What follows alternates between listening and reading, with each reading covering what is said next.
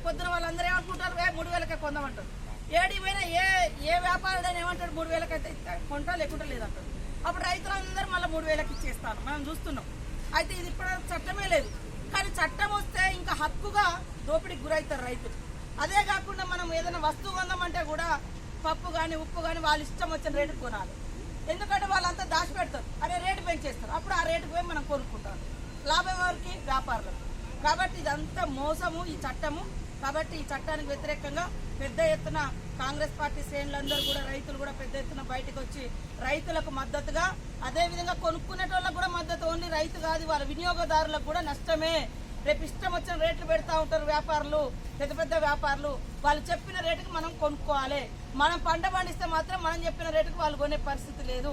కాబట్టి ఖచ్చితంగా అందరూ నిరసించాల్సిందే. రైతు కోసం ఒక్కరోజైనా అందరూ ఓపికగా మద్దతు ఇవ్వాల్సినటువంటి అవసరం ఉందని కోరుతూ, మరి ఈరోజు టీఆర్ఎస్ వాళ్ళు కూడా రోడ్ల మీదకి వచ్చారు. మేము 7 సంవత్సరాల నుంచి పోరాటాలు చేస్తే వద్దు వద్దన్నారు. కాబట్టి పోరాటం అనేది మన జన్మ హక్కు. సమస్యలు ఎక్కడుంటే అక్కడ నిలదీస్తాం. దాన్ని ఖచ్చితంగా ఏ ప్రభుత్వమైనా అంగీకరించాలి. కానీ వీళ్ళు మేము ఇళ్ల నుంచి బయటకు రాకముందే అరెస్ట్ చేసేది. ఇప్పుడు వాళ్ళు కూడా వచ్చి రాజకీయం కోసం కావచ్చు. అయినా కూడా మేము ఈ ప్రభుత్వాన్ని ఒకటే అడుగుతున్నాం, వెంటనే అసెంబ్లీలో తీర్మానం చేసి బిల్లులను రద్దు చేయాలని తీర్మానం ప్రవేశపెట్టాలి. సన్నధాన్యానికి కూడా బోనస్ ప్రకటించాలి 500 రూపాయలు. పత్తి కూడా ఇష్టానుసారంగా దళారీల దోపిడవుతుంది. మరి వాటిని కూడా మద్దతు ధర ప్రకటించాలి ప్రభుత్వమే. మరి అదనపు రేట్లు పెట్టి కొనాలి. తరుగు పేరుతో మిల్లర్లు ఇష్టారాజ్యం చేస్తారు. మిల్లర్ల ఆగడాలను కంట్రోల్ చేయండి.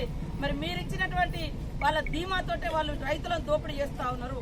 కాబట్టి టీఆర్ఎస్ ప్రభుత్వం కూడా సన్నధాన్యాన్ని చెప్పి రైతులందరూ వేసిన తర్వాత మీరు చేతులు దులిపేసుకున్నారు. వెంటనే కొనుగోలు చేయాలి. ధాన్యానికి 500 మద్దతు ధర ఇవ్వాలని కోరుతూ, అదేవిధంగా ఈ వ్యవసాయ బిల్లులకు వ్యతిరేకంగా అసెంబ్లీలో తీర్మానం చేయాలి.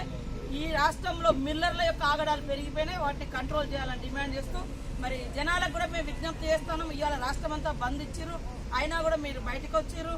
సరే అన్యదా భావించొద్దని తెలియజేస్తూ ఇందులో పాల్గొన్న ప్రతి ఒక్కరికి కూడా, అదేవిధంగా భూపాల్ నగర్, అదేవిధంగా రామచంద్రాపురం, దేవనగరం, కొచ్చలకుంట రైతులకు మరి పెద్దలకు సోదరులకు అందరికీ పేరు పేరున నమస్కారాలు, ధన్యవాదాలు. జై జవాన్, జై జవాన్, జై కిసాన్.